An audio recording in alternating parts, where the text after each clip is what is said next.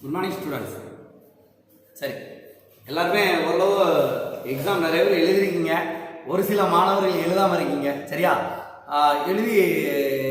எழுதுனதில் நிறைய மாணவர்கள் நான் சொன்ன மாதிரியே எழுதாமல் இருக்கீங்க. கொஸ்டின் பேப்பரில் பார்க்கும்போதுல நான் முந்தின நாள் உங்களுக்கு வந்து அழகாக இன்ஸ்ட்ரக்ஷனாக மெசேஜ் போட்டிருந்தேன். எப்படி தானே? என்ன போட்டிருந்தேன்? கோடிட்ட பக்கத்தில் எழுதக்கூடாதுன்னு ஒரு 2-3 மாணவர்கள் கோடிட்ட பக்கத்தில் தான் எழுதிருக்கீங்க எக்ஸாம். அடுத்து என்ன இன்ஸ்ட்ரக்ஷன் சொன்னேன்னா, விடை மட்டும் எழுதினா போதும், கேள்வி எழுதணும்டான்ட்டு. சரியான விடை கேள்விக்கு அவ்வளோ அதிக மாணவர்கள் வந்து கேள்வி எழுதிட்டு விடை எழுதுறீங்க. ஏன்னா அதாவது விடை மட்டும் எழுதினா போதுமானது. வேற என்ன கரெக்ஷன் சொல்லலாம்னா, காலக்கோடு நான் அழகாக உங்களுக்கு சொல்லி கொடுத்துருந்தேன். கொடுக்குறேன் அழகாக போர்டில் ஒரு 2 வகுப்புக்கு முன்னாடி வந்து போட்டுட்டு இருந்தேன். கொடுக்குறேன் எப்படி வரையணும், எப்படி குறிக்கணும்ட்டு. ஆனால் நிறைய மாணவர்கள் காலக்கோடு இந்த புத்தகத்தில் உள்ளதை அப்படியே என்ன பண்ணியிருக்கீங்க, எழுதிருக்கீங்க. புத்தகத்தில் மொத்தம் 5 எழுதுனா போதும்னு சொல்லியிருந்தேன் அந்த முந்தின நாள் இன்ஸ்ட்ரக்ஷன் கொடுக்குறதுல. ஆனால் நிறைய மாணவர்கள் என்ன பண்ணுறீங்கன்னா, ஒரு மாணவர்கள்லாம் 40 காலக்கோடு எழுதிடணும், 50 காலக்கோடு எழுதிடணும். ஏன்னா அந்த இதெல்லாம் வெட்டணும். சரியா? சரி, இப்போ நம்ம கொஸ்டின் பேப்பரை வந்து ஒரு சின்ன ரிவ்யூ பார்ப்போம். ஏன்னா நான் வந்து உங்கள் கையில் நீங்கள் கொஸ்டின் பேப்பரை எடுத்து வச்சுக்கோங்க. என்னவா, இந்த கொஸ்டின் பேப்பரில் வந்து என்னன்னா, முதல்ல ஒரு 14 சரியான விடை இருக்கு.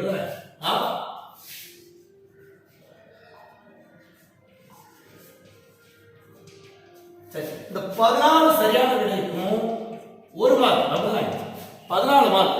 இந்த 14 சரியான விடை 1 மார்க்ல இது எப்படி பிரிச்சிருக்காங்கன்னா, ஹிஸ்டரி 4, ஜியோகிராஃபி 4, சிவிக்ஸ் 3, எக்கனாமிக்ஸ் 3, மொத்தம் 14 மார்க். என்னமா, இந்த 14 மார்க், இந்த 14 மார்க் தான் எங்களுக்கு சரியான விடை. இந்த இப்படிதான் பிரிச்சிருப்பாங்க. ஏன்னா அப்போ நீங்க சரியான விடையில எல்லாத்தையும் படிச்சா தான் இந்த 14 மதிப்பெண்கள் பெற முடியும். ஆனா இந்த இதுக்கு ரொம்ப சிம்பிளா தான் சரியான விடை கேட்டிருக்கு. அப்படிதானே? நான் யாருக்குமே சொல்லி கொடுத்திருந்த பாடத்துல உங்களுக்கு பாடம் நடத்தின பாடத்துல இருந்து தான் கேட்டிருந்திருக்கு. அதுல சரியான விடையில வந்து முதல் கேள்வி வந்து பன்னாட்டு சங்கத்தின் முதல் பொதுச் செயலாளர் எந்த நாட்டை சார்ந்தவர்? நான் சொன்னேன் பன்னாட்டு சங்கம் எங்க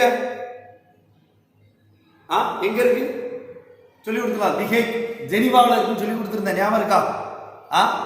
அதுல வந்து முதல் பொதுச் செயலாளர், அதாவது இப்போ ஒவ்வொரு கட்சிக்கும் பொதுச் செயலாளர் உண்டு. சரியா? அந்த இப்போ ஒரு சின்ன இன்ஸ்ட்ரக்ஷன் திமுக வந்து யாரு அன்பழகன் இருந்தாரு, அதுக்கு அதிமுக ஜெயலலிதா இருந்தாங்க பொதுச் செயலாளர். அதே மாதிரியா இந்த பன்னாட்டு சங்கத்துக்கு எழுதிருக்கு ஒரு பொதுச் செயலாளர் உண்டு. அவங்க எந்த நாட்டை சேர்ந்தவங்கன்னா அதில் ஒரு 4 இது கொடுத்துருக்கு: பிரிட்டன், பிரான்ஸ், டச்சு, அமெரிக்கா. சரி, இப்போ நீங்க அதுக்கு சரியான விடை வந்து குறிச்சிருந்துருப்பீங்க. நான் உங்களுக்கு ஆன்சர்லாம் என்ன பண்ணிட்டு இருந்தேன், உங்க வாட்ஸ்அப் குழுவுக்கு வந்து என்ன பண்ணிட்டு இருந்தேன், அனுப்பிக்கிட்டே இருந்தேன், பார்த்துருப்பீங்க. ஏன்னா அதுல வந்து என்னதுன்னா, இதுக்கான விடை வந்து என்னதுன்னா பிரிட்டன். இதற்கான விடை என்னது? 1வது சரியான விடை, 1வது சரியான விடைக்கு விடை வந்து என்னதுன்னா பிரிட்டன். என்னது? பிரிட்டன். சரி, 2வது விடை என்னதுன்னா, 2வது லத்தீன் அமெரிக்காவுடன் அண்டை நாட்டு நட்புறவு என்னும் கொள்கையை கடைபிடித்த அமெரிக்க குடியரசுத் தலைவர் யார்? அமெரிக்க குடியரசுத் தலைவர் யார்? 2வது அண்டை நாட்டு நட்புறவு. நான் முதல்ல சொன்னேன், அதாவது முதல் உலக போருக்கு அமெரிக்காவின் பொருளாதாரம் என்ன பண்ணிட்டு ரொம்ப பின்தங்கி இருந்துச்சு. அதை வந்து யாரு நிலைநிறுத்தினாலும் எடுத்து ரூஸ்வெல்ட். அப்படித்தானே? அதுதான் இருக்குல்ல ஆன்சர். என்னது? ரூஸ்வெல்ட். கொடுத்த 4 விடையில என்னது? ரூஸ்வெல்ட் தான் சரியான விடை. அடுத்து ஜப்பான் சரணடைவதாக எப்போது முறைப்படி கையெழுத்திடப்பட்டது?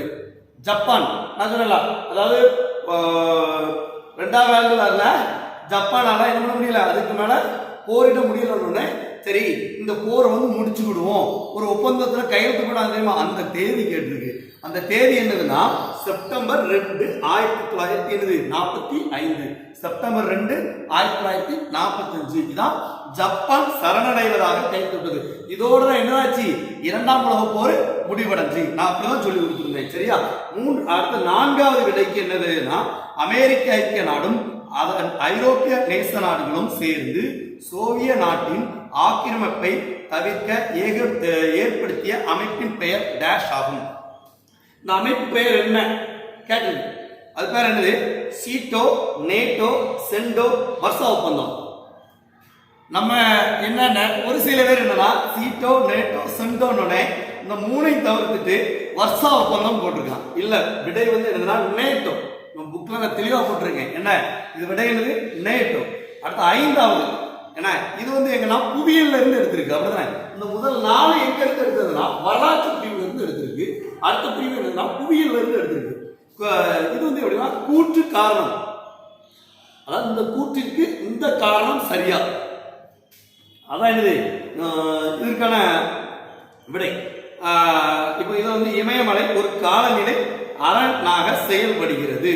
என்ன அடுத்தது காரணம் என்ன, இமயமலை மத்திய ஆசியாவிலிருந்து வீசும் குளிர்காற்றை தடுத்து இந்திய துணைக்கண்டத்தை மித வெப்பமாக வைத்திருக்கிறது. என்ன சரி, நம்ம இது பார்த்தோமா சொல்லலாம். இந்தியாவின் அரணாக செயல்படுகிறது. நான் இமயமலை பாடம் நடத்த சொல்லி கொடுத்திருந்தேன் தெரியுமா. பல வற்றாத நதிகள் ஓடுகிறது, இங்க வந்து பல புனித ஸ்தலங்கள் இருக்கு. நான் கேரள ஒரு நாள் பாடம் நடத்த சொல்லி கொடுத்திருந்தேன்ல, அதே தான் இங்க கேட்டிருக்கு. என்னது இமயமலை ஒரு காலநிலை அரணாக செயல்படுகிறது. அப்போ கீழே ஒரு 4 கேட்டிருக்காங்க. என்னன்னா கூற்று காரணம் இரண்டும் சரி, கூற்றுக்கான காரணம் சரி 1. 2வது கூற்று காரணம் இரண்டும் சரி, கூற்றுக்கான காரணம் தவறும் போட்டிருக்கு. 3வது கூற்று தவறு காரணம் சரின்னு போட்டிருக்கு.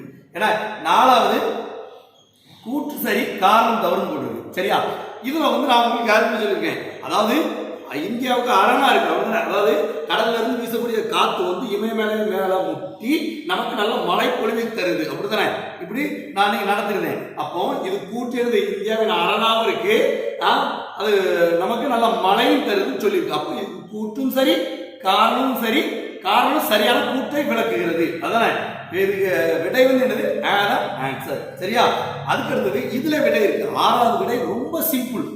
நிறைய பேர் தப்பு இருக்கு, எனக்கு ரொம்ப கஷ்டமா இருக்கு.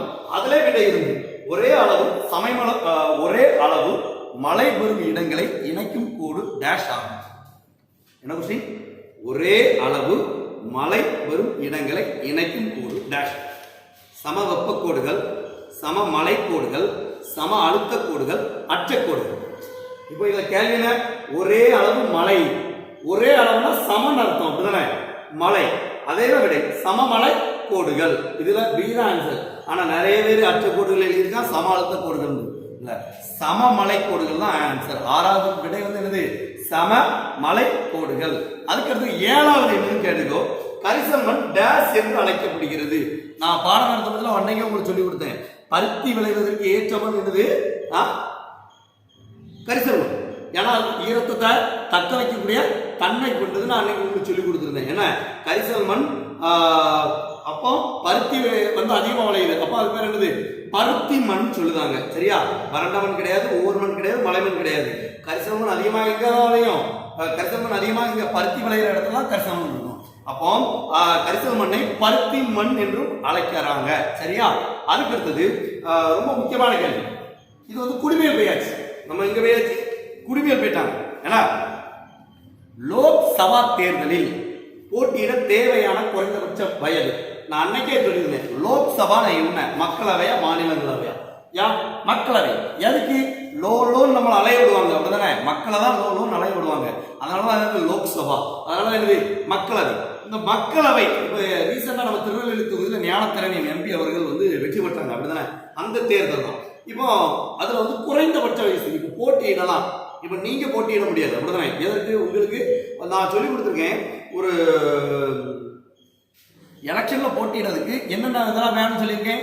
கண்டிப்பாக இந்திய குடியுரிமை பெற்றவர்களாக இருக்க வேண்டும். அப்படிதானே அவர்கள் மீது எந்த வழக்குகளும் விசாரணையில் இருக்கக்கூடாது. லாபம் தரும் தொழில்கள் வேற எதுவும் என்ன பண்ணக்கூடாது, செய்யக்கூடாதுன்னு என்ன இருக்கு, நமக்கு இன்ஸ்ட்ரக்ஷன் இருக்குது. என்ன அதன்படி அதே மாதிரியா இன்னொன்னு என்னன்னா, அவருக்கு குறையாம வயசு எத்தனை இருக்கணும்னா 25 வயசு என்னதான் இருக்கும், முடிந்திருக்க வேண்டும். யாருக்கு? இந்த மக்கள் லோக்சபாவில் போட்டியிடம்னா கண்டிப்பாக அந்த நபருக்கு வந்து எத்தனை வயசு முடிஞ்சிருக்கணும்? 25 வயசு முடிஞ்சிருக்கணும். அவருடைய குறைந்தபட்ச வயசு வந்து என்னது 25 தான் விடை. மாநில ஆளுநரை நியமிப்பவர் யார்? இப்போ நம்ம கவர்னர், ஆளுநர் யாரு? கவர்னர். என்ன இதற்கு முன்னால கவர்னர் எல்லாத்துக்கும் தெரியும். அது தமிழிசை. என்ன இப்போ அவங்க வந்து நியமிக்கிறது யாரு? இப்போ உள்ள கவர்னர் நியமிக்கிறது யாரு? இப்போ பக்கத்து மாநிலங்கள கவர்னர் ஆளுநரை நியமிக்கிறது யாரு? இதுதான் இப்போ கேள்வி. அதாவது இப்போ நம்ம கவர்னர் பன்வாரிலால் புரோஹித் என்ன அவர் வந்து நியமிச்சது யாருன்னா குடியரசுத் தலைவர். யாரு? குடியரசு தலைவர் ராம்நாத் கோவிந்த் தான் நியமிச்சாங்க. சரியா? ஒரு மாநில ஆளுநரை நியமிப்பவர் யாருன்னா குடியரசு தலைவர். சரியா? இப்ப அதுக்கு அடுத்த ஒரு கொஸ்டின் வந்து ஒரு வித்தியாசமான கொஸ்டினா இருக்கு. மாறுபட்ட ஒன்றை கண்டுபிடி. மாறுபட்ட ஒன்று, அதாவது நீங்க சின்ன வயசுல பார்த்துருப்பீங்க, ஒரு 4 படம் கொடுத்துருப்பாங்க. இது ஒரு வேற்று படம் என்ன, கொஞ்சம் டிஃப்ரெண்டா இருக்கும் அப்படிதானே. இப்ப எடுத்துக்காட்டு என்னன்னா, ஒரு சிம்பிளா சொல்லணும்னா எப்படின்னா, சரி, ஒரு சின்ன வயசுல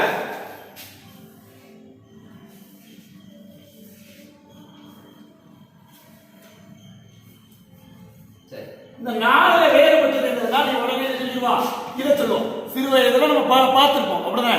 அதே மாதிரி தான் இப்போ பெரிய கிளாஸ்ல நம்ம எப்போ இந்த வேறுபட்ட இதை நம்ம எப்படி சொல்லியிருக்குன்னா, நான் சொல்றேன் பாரு. இதுல வந்து என்ன கேட்டிருக்கு? சமத்துவ உரிமை, சுரண்டலுக்கு எதிரான உரிமை, சொத்துரிமை, கல்வி மற்றும் கலாச்சார உரிமை. எல்லாமே உரிமை உரிமைன்னு தான் வருது. ஆனா இதுல என்ன வேறுபாடு இருக்கு? என்ன இதுல என்ன வேறுபாடு இருக்கு? அதுதான் நம்ம இப்ப பார்க்க போறோம். என்ன இருக்கு சொல்லுங்க. என்னதான் இருக்கும்? சமத்துவ உரிமையா, சுரண்டலுக்கு எதிரான உரிமையா, சொத்து உரிமையா, கல்வி கலாச்சார உரிமையா? எனக்கு தான் தெரியும். சரி, நீ சொத்து உரிமை சொன்னா எப்படி, சமத்துவ உரிமைனா எப்படி நான் சொல்லி தட்டா? இப்போ இந்த சமத்துவ உரிமையை பற்றி முதல்ல சொல்றேன். இதுக்கு அடுத்து நீங்க அதோட வித்தியாசத்தை நீங்க தான் கண்டுபிடிக்கணும். சமத்துவ உரிமை, இப்போ நம்ம பள்ளிக்கூடத்துக்கு வரோம். என்ன எல்லாரும் பள்ளிக்கூடத்துல திறந்த உடனே எப்படி வருவீங்க? யூனிஃபார்ம் போட்டு வருவீங்க அப்படிதானே. எதுக்கு யூனிஃபார்ம் போட்டு வருவீங்க? எல்லாரும் சமம், அனைவரும் சமம். அவன் பணக்காரனா இருக்கலாம், ஏழையா இருக்கலாம். பள்ளிக்கூடத்துக்கு வரும்போது எல்லாரும் ட்ரெஸ் எப்படிதான் இருக்கணும்? ஒன்னாதான் இருக்கணும். அனைவருக்கும் சமம். அதனால இது வந்து என்னது? சமத்துவ உரிமை. அதற்கு அடுத்து என்னன்னா சுரண்டலுக்கு எதிரான உரிமை. இப்போ கடையில போய் ஒரு பொருள் வாங்கணும். அந்த பொருள்ல வந்து என்னதுன்னா கலப்படம் செய்வாங்க, சுரண்டுவாங்க நம்மள. அதை வந்து நம்ம என்ன பண்ணலாம்? யாரா இருந்தாலும் எதிர்ப்பு கேட்கலாம் அப்படிதானே. இல்ல இப்போ நம்ம ஒரு சின்ன கடைக்கு தான் போறோம், சின்ன கடையில ஏமாத்தினாலும் நம்ம என்ன பண்ணலாம்? நுகர்வோர் நீதிமன்றத்தை அணுகலாம். ஏன்னா சுரண்டுறாங்க, அது தப்பு உண்டு. ஏன்னா பணக்காரனா பெரிய சூப்பர் மார்க்கெட் வச்சிருக்கான், அவனு ஏதாவது ஒரு தவறு பண்ணனா அவனுக்கு எதிராக என்ன பண்ணலாம்? சுரண்டல் பண்றான், எங்களை ஏமாத்துறானா அவனுக்கு எதிராக என்ன பண்ணலாம்? கம்ப்ளைண்ட் கொடுக்கலாம். இது என்னது? ஏழை பணக்காரன் இல்லாம எல்லாத்துக்குமே சரியான ஒன்று. யாரு சுரண்டுனாலும் அதற்கு எதிராக வந்து என்ன பண்ணலாம்? எதிர்ப்பு தெரிவிக்கிறது நமக்கு உள்ள உரிமை. அடுத்தது என்னதுன்னா, அடுத்த கல்வி கலாச்சார உரிமை. இந்த கல்வி வந்து யாரும் பண்ணலாம் அப்படிதானே. இன்னைக்கு கவர்மெண்ட் ஸ்கூல்ல தான் படிக்கணும்னு வச்சுக்கோங்க, பணக்கார வீட்டு பையனும் சேர்ப்பாங்க, ஏழை வீட்டு பையனும் சேர்ப்பாங்க. இல்ல பெரிய ஒரு ஆக்ஸ்போர்டு ஸ்கூல்ல அங்கேயும் பணக்கார வீட்டு பையனை சேர்க்கலாம், ஏழை பையனை சேர்க்கலாம். என்ன பணம் தான் என்ன பண்ணும்? செலவழிக்கணும் அப்படிதானே. இல்ல இவன் ஏழையா இருக்கான், அதனால இவன் வந்து இந்த பள்ளிக்கூடத்துல சேர்க்க வேண்டாம் அப்படின்னு என்னது கிடையாது, கிடையாது. நம்ம பள்ளிக்கூடத்துல ஏழை கல்வி கற்கான், பணக்காரன் கல்வி கற்கான் அப்படிதானே. அப்போ கல்வி கலாச்சார உரிமை இது மூணுமே என்னது? எல்லாத்துக்கும் பொதுவானது அப்படிதானே. ஆனா அந்த சொத்து உரிமை மட்டும் எப்படி வித்தியாசமானது நான் சொல்லித்தரேன். சொத்து, இப்ப எங்க வீட்டுல கார் இருக்கு, பைக் இருக்கு என்ன, ஆனா அடுத்த வீட்டுல என்ன இருக்காது? கூட படிக்கிற வீட்டுல கார் இருக்காது, பைக் இருக்காது. அவங்க அப்பா ஒரு விவசாயம் பண்ணுவாங்க, நம்ம அப்பா ஒரு நல்ல பிசினஸ் மேனா இருப்பாங்க. அவங்க அப்பா கலெக்டரா இருப்பாங்க, எங்க அப்பா ஒரு கூலி வேலைக்கு போவாங்க. இந்த வித்தியாசம் சொத்து. இப்போ உங்க அப்பா பேர்ல வந்து பல லட்சங்கள் இருக்கலாம், அவங்க அப்பா பேர்ல என்ன இருக்காது? வீடு கூட வாடகைக்கு இருப்பாங்க. சொத்து உரிமை என்பது தனிப்பட்ட உரிமை, மீதி உள்ள 3 என்னதுன்னா பொதுவான உரிமை. எனவே இதுல மாறுபட்ட ஒன்று என்னது? சொத்துரிமை. இது மாறுபட்ட ஒன்று என்னது? சொத்துரிமை. அடுத்தது என்னன்னா 11வது வந்து மண்ணில் இரும்பு ஆக்சைடு அதிகமாக கலந்துள்ளது. உடனே சொல்லிடலாம். நான் முதல் எடுத்தோன்னு சொல்லி கொடுத்தேன், ஒரு மண்ணுக்கு சொல்லி கொடுத்தேன். இந்த மண்ணு இரும்பு ஆக்சைடு, இரும்பு ஆக்சைடு. இப்போ நான் ஒரு சின்ன எக்ஸாம்பிள் கூட சொல்லி கொடுத்தேன் அவருக்கு. இரும்பை கொண்டு நம்ம மண்ணில் போட்டுக்கலாம், அந்த மழை பெஞ்சு இது துரு பிடிக்கும். துரு பிடிச்சி நம்ம அதை கையில இருந்து தூக்கும் போதுல அந்த கையில வந்து பிடிக்கும் போதுல அது என்ன இருக்கும்? லேசா சோப்பு கலர்ல இருக்கும், பார்த்துருக்கலாம் மழை பெஞ்ச உடனே. அப்போ அந்த இரும்புல தான் என்ன ஆக்சைடு இருக்குன்னு சொல்லி கொடுத்துருக்கேன். இரும்பு வந்து என்னது? சோப்பு கலர்ல இருக்கும், ரத்த கலர்ல இருக்கும். ரத்த கலர்ல அப்ப என்ன மண் இருக்குன்னு நான் சொல்லி கொடுத்தா இல்லையா? இந்த மண் செம்மண். அந்த செம்மண்லாம் இரும்பு ஆக்சைடு இருக்கு அதிகமாக காணப்படுகின்றது. சரி, அதுக்கடுத்து காட் கேட். தமிழ்ல வந்து சொல்லலாம் காட்னு சொல்லுவோம், இங்கிலீஷ்ல கேட்னு சொல்லுவோம். சரியா, முதல் சுற்று மாநாடு நடைபெற்ற இடம். ஏன்னா கேட் வந்து வேற ஒன்றும் இல்லை, நம்ம பன்னாட்டு சங்கத்தின் தலைமையகம் இருக்கலாம் அந்த இடம் தான், வேற ஒன்றும் இல்லை. கேட் அதில் ஒரு மாநாடாக நடைபெற்றது. அது வந்து இங்கே தான் நான் முதல்ல சொல்லி கொடுத்தேன், ஜெனீவாவில் தான் என்ன பண்ணிச்சு நடைபெற்றது, ஜெனீவாவில் தான் நடைபெற்றது. அதுக்கடுத்து என்னதுன்னா இந்திய அரசாங்கத்தால் 1991 டேஷில் அறிமுகப்படுத்தப்பட்டது. அதாவது ஒவ்வொரு நேரத்துக்கும் ஒவ்வொரு சட்டம் போட்டுக்கிட்டே இருப்பாங்க. இப்போ கூட ரீசெண்டாக ஒரு போராட்டம் பண்ணிட்டு இருக்காங்க, என்னது வேளாண் மசோதா சட்டம். அதே மாதிரி அந்த 1991 வந்து அறிமுகப்படுத்தப்பட்ட சட்டம் என்னன்னு கேட்டது, உலகமயமாக்கலா, உலக வர்த்தக அமைப்பா, புதிய பொருளாதார கொள்கையா, இல்லை இவற்றில் எதுவும் இல்லையா? சரி, இதுல என்னதான் இருக்கும், ஒரு சட்டம் ஏற்றிருக்கு, அந்த சட்டம் பேர் இது படிச்சிருந்தா கண்டிப்பா சொல்லிக்கலாம், முதல் பாடத்துல இருக்கு. என்னது புதிய பொருளாதார கொள்கை. இது என்னது புதிய பொருளாதார கொள்கை. அது இந்த சட்டம் 1991 வந்து இந்திய அரசாங்கத்தால வந்து என்ன பண்ணிச்சு நிறைவேற்றப்பட்டது. அதற்கடுத்து என்ன கேள்வி இருக்குன்னா சரியான கூற்று கேள்வி. முதல்ல சொல்லியிருந்தோம் அதே மாதிரியான இது ஆனால் கொஞ்சம் வித்தியாசமானது. ஒரு 4 பாயிண்ட் கொடுத்துருப்பாங்க, இந்த 4 பாயிண்ட்ல எதெல்லாம் சரின்னு கண்டுபிடிக்கணும், எதெல்லாம் தப்பு கண்டுபிடிக்கணும். சரியா, சரி நான் வாசிக்கிறேன், நீங்க கவனிங்க. உச்ச நீதிமன்ற நீதிபதிகள் மற்ற நீதிபதிகள் ஓய்வு பெறும் வயது 62. உச்ச நீதிமன்ற நீதிபதிகள் மற்றும் மற்ற நீதிபதிகள் ஓய்வு பெறும் வயது 62. அதுக்கடுத்து நடுவண் அரசின் 3வது அங்கம் நீதித்துறை ஆகும். நடுவண் அரசின் 3வது அங்கம் நீதித்துறை ஆகும். அடிப்படை உரிமைகள் தொடர்பான வழக்குகள் உச்ச நீதிமன்றத்தில் மேல்முறையீட்டு அதிகாரங்களுக்கு உட்பட்டது. அடுத்தது 4வது உச்ச நீதிமன்றம் பிறப்பிக்கும் ஆணை இந்தியாவின் அனைத்து பகுதியில் உள்ள நீதிமன்றங்களையும் கட்டுப்படுத்துகிறது. சரியா, இதுல வந்து நீங்க நல்லா பார்க்கணும் பாருங்க. 1வது இல்ல தப்பு 65. அப்ப 2வது நடுவர் அரசின் 3வது அங்கம் நீதித்துறை. நான் நடுவர் அரசு பாடத்துல சொல்லி கொடுத்தேன், அப்படிதானே? நீதித்துறை 3வது, அப்படிதானே? எதுக்கு? முதல்ல மத்திய அரசாங்கம், 2வது இடம் மாநில அரசாங்கம், 3வது இடம் நீதித்துறை. அப்ப 3வது அங்கம் இதுதான். நான் இப்ப 3 பிரிச்சு நடத்துறேன் தெரியுமா, ஒரு சின்ன டேபிள் போட்டு அதுல 3வது இடத்துல என்ன நீதித்துறை எழுதிருந்தேன், அப்படிதானே? அந்த நீதித்துறை 3வது அங்கம். அப்ப இது வந்து என்னது சரி. அடுத்த அடிப்படை உரிமைகள் தொடர்பான வழக்குகள் உச்ச நீதிமன்றத்தின் மேல்முறை அதிகாரத்துக்கு உட்பட்டது. அடிப்படை உரிமைகள் இது வந்து நம்ம உச்ச நீதிமன்றம் இல்லை, நம்ம எங்கேயுமே இருக்கலாம். அப்பனா இது தப்பு.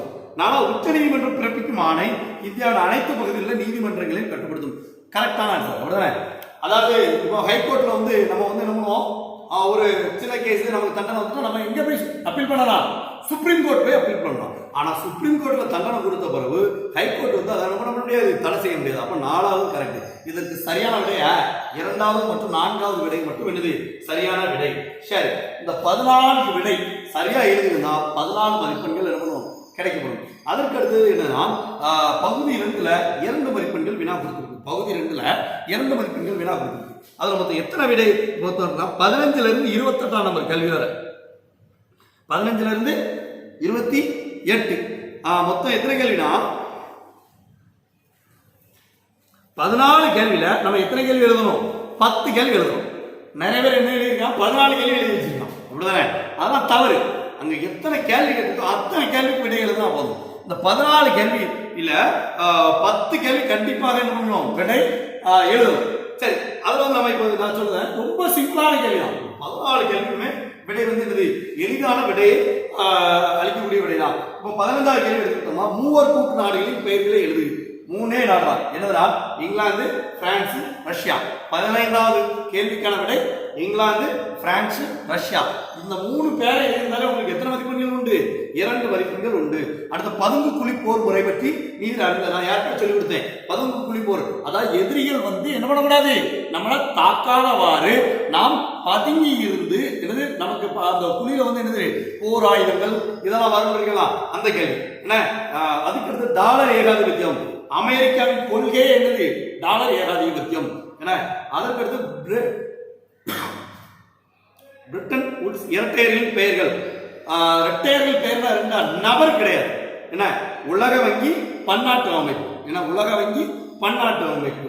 அதுக்கடுத்து இந்தியாவின் அண்டை நாடுகள் உங்களுக்கு நான் சொல்ல நிறைய தெரியும். என்ன முதல்லாம் இலங்கை, பாகிஸ்தான், ஆப்கானிஸ்தான், பூடான், நேபாளம், சீனா, மியான்மர், இதெல்லாம் என்னது இந்தியாவின் அண்டை நாடுகள். அதற்கடுத்து என்னதுன்னா தக்கான பீடபூமி குறிப்பறைங்க. நான் சொல்லி கொடுத்தலாம் தக்கான பீடபூமி மேப் வரைந்து ஒரு சொல்லி கொடுத்தேன். இது முக்கோண வடிவம் கொண்டது. 7 லட்சம் சதுர கிலோமீட்டர் பரப்பளவு கொண்டது சொல்லி கொடுத்துடலாம். அதுக்கடுத்து என்னன்னா இது மிகப்பெரிய பரப்பளவை கொண்டது. இந்த 3 என்னது தக்கான பீடபூமியின் குறிப்பு.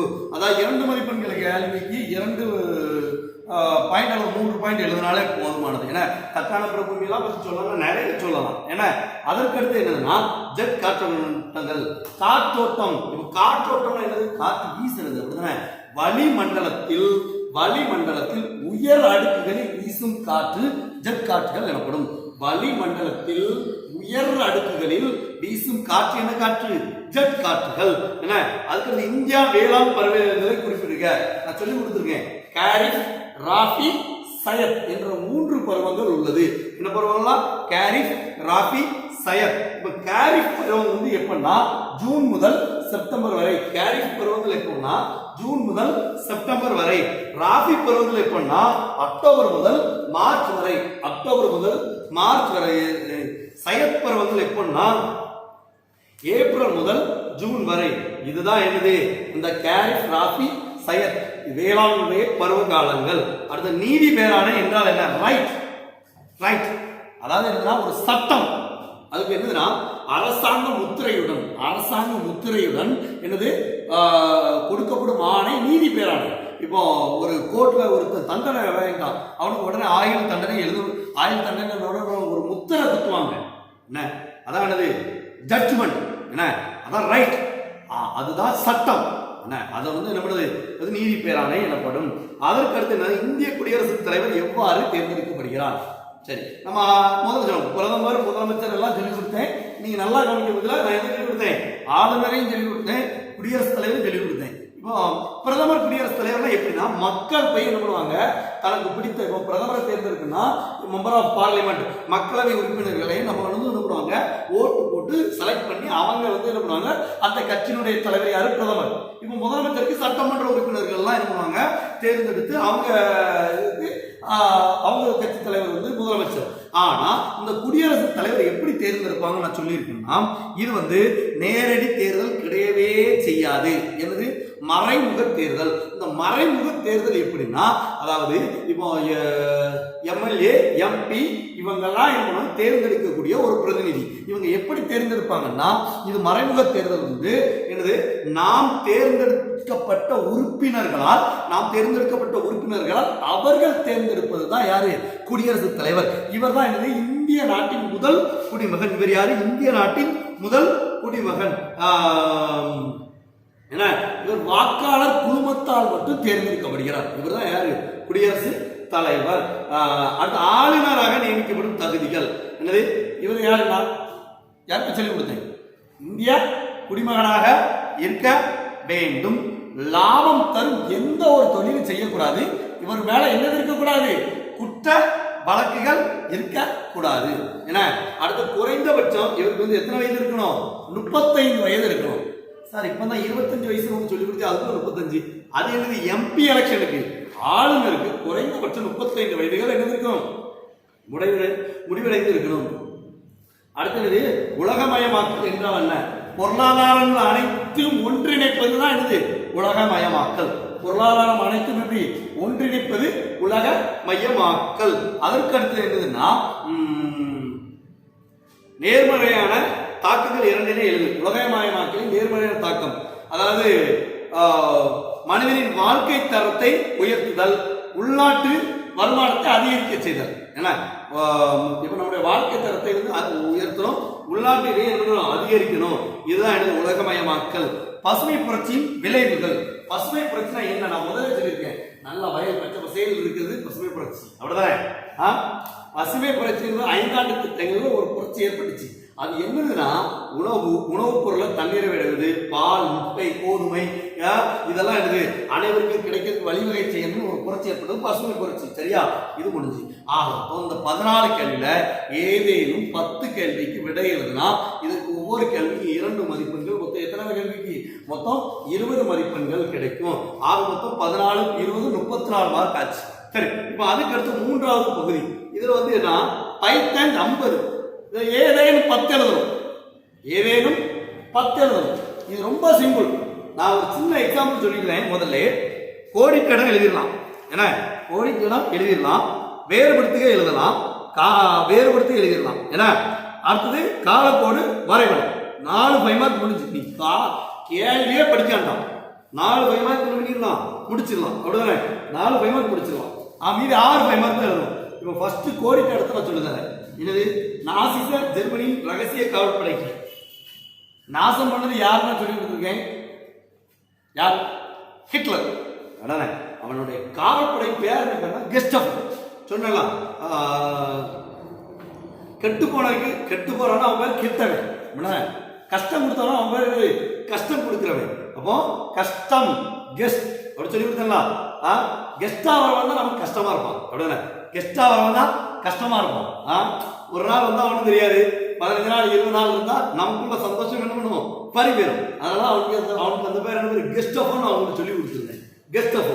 ஆப்பிரிக்க தேசிய காங்கிரஸ் தலைவரான நெல்சன் மண்டேலா டேஸ் ஆண்டுகள் சிறையில் அடைக்கப்பட்டார். நான் சொல்லலாம், ஒரு கருப்பு இனத்துல இது தலைவர் யாரு? Nelson Mandela.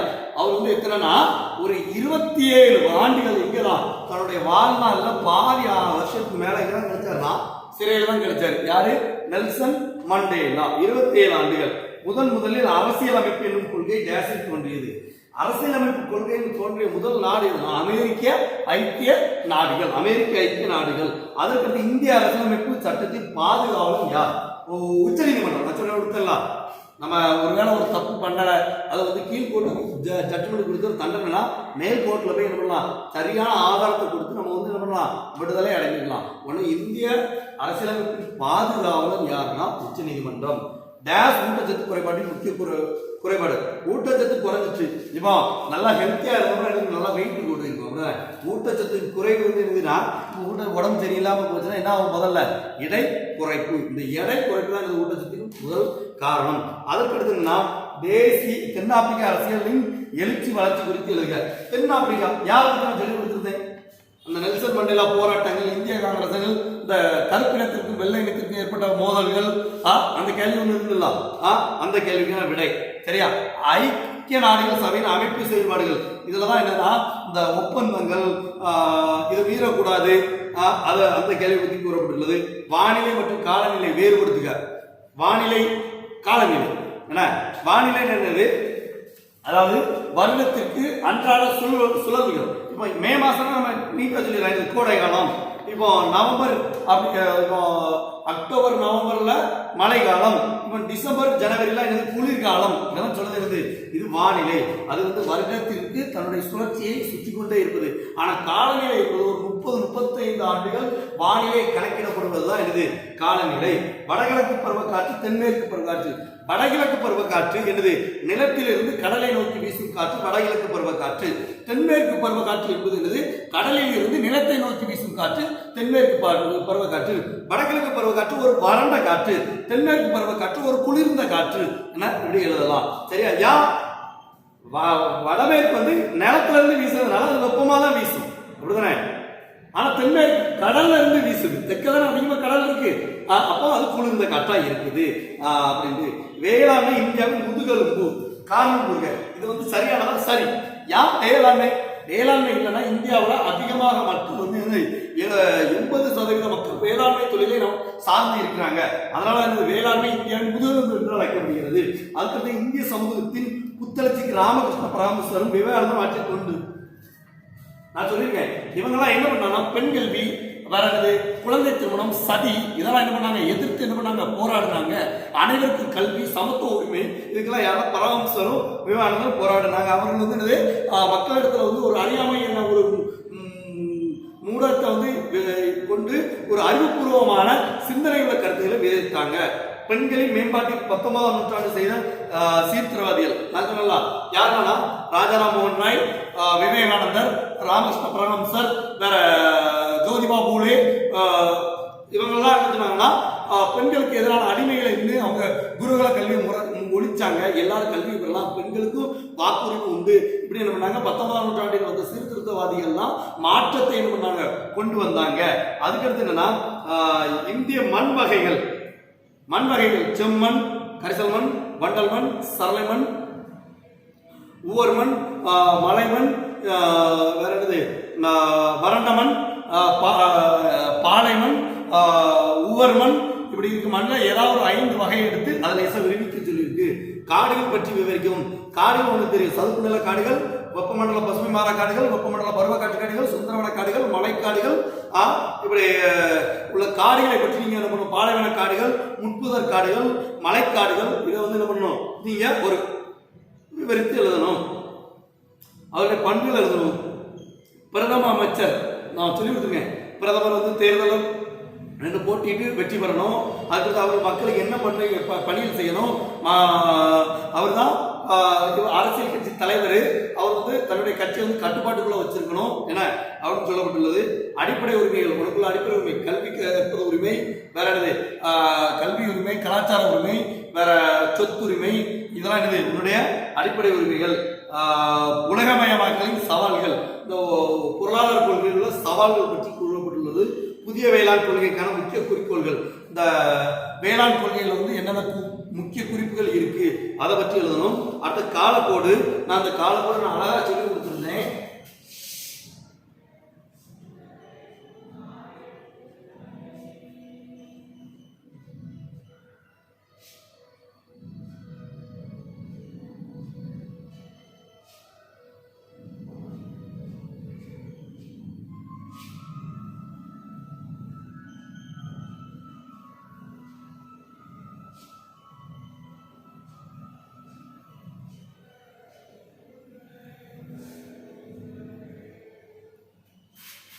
சரி, எத்தனை வருஷம் 1920 இருந்து 40 வரை, 1920, 1930, 1940. சரியா? சரி, இப்போ நம்ம சிம்பிளா சொல்லலாம், 3 வருஷத்துக்கு சொல்லிடலாம். 30, 1930 முதல் வட்ட மேசை மாநாடு, 2வது 31, 2ஆம் வட்ட மேசை மாநாடு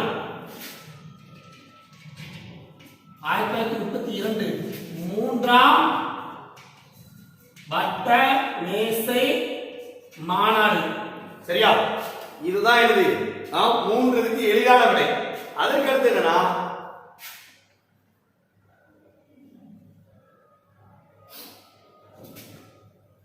27, 25, 26, 27. இது என்னமா? சைமன் குழு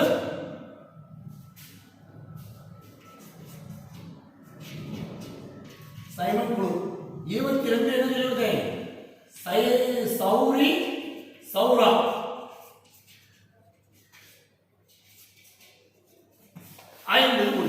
சரியா?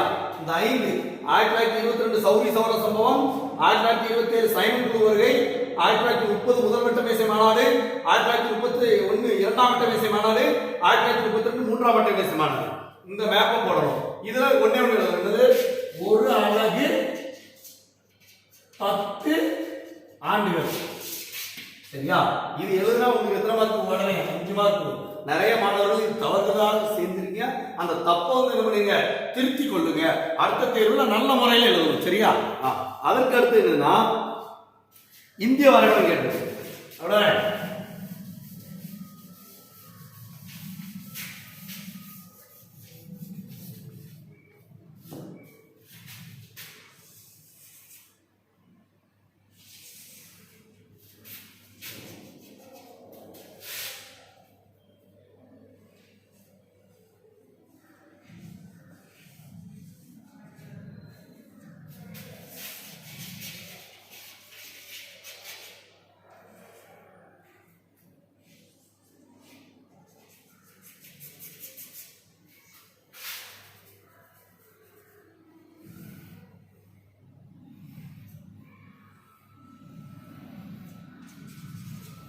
சரி, ஒரு அப்ராக்சிமேட்டா ஒரு இந்தியா வரை கூட வரைஞ்சிருக்கேன். ஏன்னா இதில் நம்ம கேட்டது என்னென்ன பகுதியெல்லாம் கேட்டாங்கன்னா டெல்லி.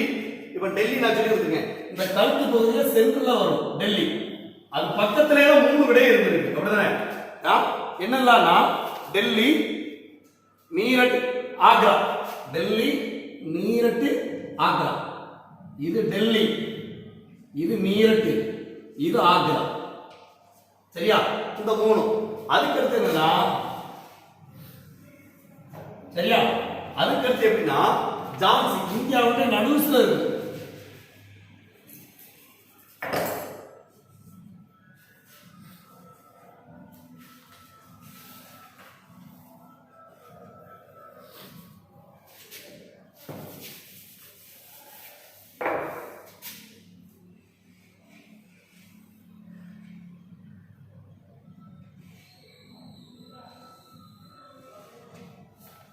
சரியா? ஜான்சி, பராக்பூர். என்னது? பராக்பூர். இதுதான் என்னது இந்தியாவின் நமக்கு கொடுக்கப்பட்ட 5 இடங்கள். சரியா? இதுல சரி, இந்த 5 இடம் விட்டு இப்போ அடுத்த ஒரு மேப், இந்தியா மேப் சொல்லி கொடுத்தலாம். என்னன்னா 43வது இதுல கொடுத்துருக்கலாம் மேற்கு தொடர்ச்சி மலை. ஏன்னா மேற்கு தொடர்ச்சி மலை எங்க வருது நான் சொல்லி கொடுத்தேன். மேற்கு, இதெல்லாம் என்னது? மேற்கு தொடர்ச்சி மலை. இரண்டாவது எவரெஸ்ட் சிகரம். நேரா இது வரும், இதுல போடுங்களா? இது என்னது? எவரெஸ்ட் சிகரம். எவரெஸ்ட் சிகரம். அதுக்கடுத்து லட்சத்தீவுகள். இதுல நிறைய புள்ளியா இருக்குமா மேப்ல? லட்சத்தீவுகள். அதுக்கடுத்து என்ன கொடுக்குன்னா கங்கை. கங்கை, கங்கை. அதுக்கடுத்து என்ன கூறப்படலாம்? சோழமண்டல கடற்கரை. அப்படியே இதுக்கு ஆப்போசிட்ல கடற்கரை. என்ன? சோழ மண்டல கடற்கரை. அதற்கடுத்து என்ன கேட்டீங்கன்னா கட்சி வளைகுடா. இது ராணாக்கட்சி. இதுதான் என்னது? கட்சி வளைகுடா. இது கட்சி வளைகுடா. அதுக்கடுத்து என்ன? சணல். சணல் எங்க வளையும்? மேற்கு வங்காளத்தில் வளையும் சணல். கோதுமை பஞ்சாப்ல வளையும் கோதுமை. சரியா?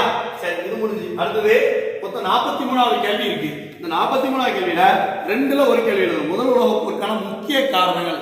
முதல் உலகப் போர் எப்படி ஏற்பட்டுச்சு உனக்கு சொல்லி கொடுத்தலாம். இந்த 2 அணியா பிரிந்தாங்க. ஒன்று நட்பு நாடுகள், ஒன்று நேச நாடுகள். இதன் விளைவாக ஏற்பட்டதுதான் இந்த முதல் உலகத்துக்கான காரணங்கள். இல்லாத இந்த பன்னாட்டு சங்கத்தின் பணிகள் எழுதணும். இந்த பன்னாட்டு சங்கம் இது எப்படி போற நிற்பாட்டணும், இந்த பணிகள் பத்தி தான் இந்த பாடங்கள் குறிப்பிடப்பட்டுள்ளது. சரியா? இப்போ இந்த கேள்வியில 8 மதிப்பெண்கள். இதுக்கு 8 மார்க்கு, அந்த கேள்விக்கு 8 மார்க்கு. சரி, இப்போ நம்ம எழுதிருக்கோம். இது முதல் தேர்வு, அப்படிதானே? இந்த தேர்வு கொஞ்சம் சரியில்லாம எழுதிருக்கீங்க. அடுத்த தேர்வுல என்ன பண்ணணும்? இந்த குறைகள் எல்லாம் நீக்கி தெளிவான முறையில நீங்க எழுதி வெற்றி பெற வாழ்த்துக்கள். நன்றி, வணக்கம்.